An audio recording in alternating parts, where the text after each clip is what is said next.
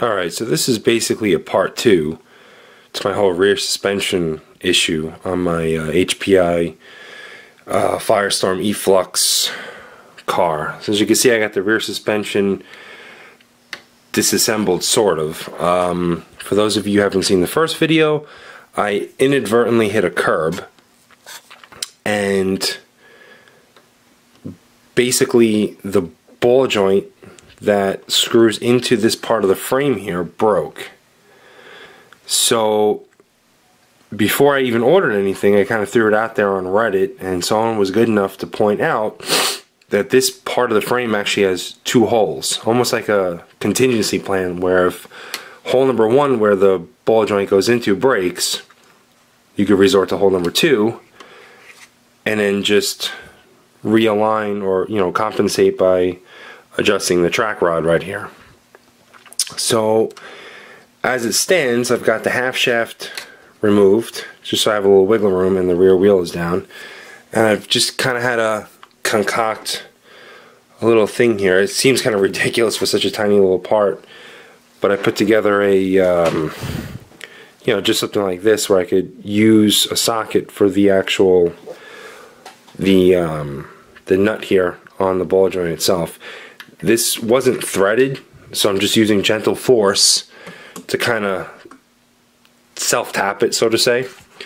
Once I get about midway through, I'll remove it again, and then there's these 2 washers that actually should go in place before the ball joint and the frame itself. And then I'll do an alignment, and hopefully we'll take it from there. I mean, the right thing to do here is just to replace this because there is compromise, so, structural integrity is damaged or compromised.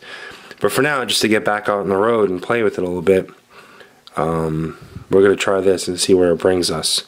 So I'm going to remove this. I'm going to put the 2 washers in, and then we'll put the half shaft back in for the wheel, and then lock it all together with the cap here, and we'll take it from there. I'll let you guys know.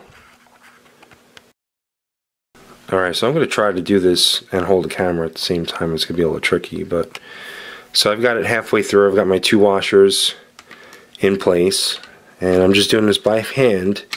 There's really no reason to crank this down because I don't want to strip this.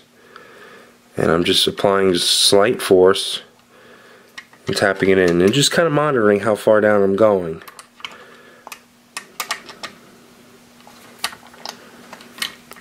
And I presume it's going to get to a point where either I feel I'm close enough to the frame where I'm good to go, or it'll stop. But I've got the 2 washers in place where hopefully that kind of picks up some of the force. That's in there. That's not moving. So now in theory I should be able to put my half shaft back into the wheel, and then that will all get locked. The half shaft is right here, which actually just popped out now. So I'll connect that back here to the motor, and then that will all be locked in place once this cap gets popped right in over the ball joint. I started doing some measurements, and I twisted, I think it was clockwise how to twist it, to shorten the length of the rod here. Because keep in mind, since I'm moving, where am I? Sorry guys. So since I'm moving the ball joint closer to the actual wheel, I would need a shorter distance on the rod itself. And then I'll measure everything back out again once this is all finalized, and I'll take it out on the road and see how it tracks. I don't presume there's going to be any kind of problems, actually. I think this is going to work. So a huge shout out and a huge thanks to the gentleman who actually suggested this, because it looks like it's going to work. And I'll put this up on Reddit and to send my best. Thanks again, man. Appreciate it. Alright, so here it is. I'll try to explain this. I just snapped everything back together, and it's looking pretty good. I haven't driven it yet. Everything's all back together. The half shaft is back in. This is all in. You'll notice the difference. This is the good one. This never broke, and this is in its factory original spot. Here's the broken piece. You can see like a crescent shaped chunk that's missing there. And what we did was we took the ball joint out and just moved it over to the second hole that was to the left of that original one, and then just shorten the length of this shaft by twisting all of this. I want to say it was clockwise, I'm not sure. Once you do it, it's very obvious though which is the right way to do it. And that's it. What I'm gonna do is fire this all up and just make sure everything rides correctly.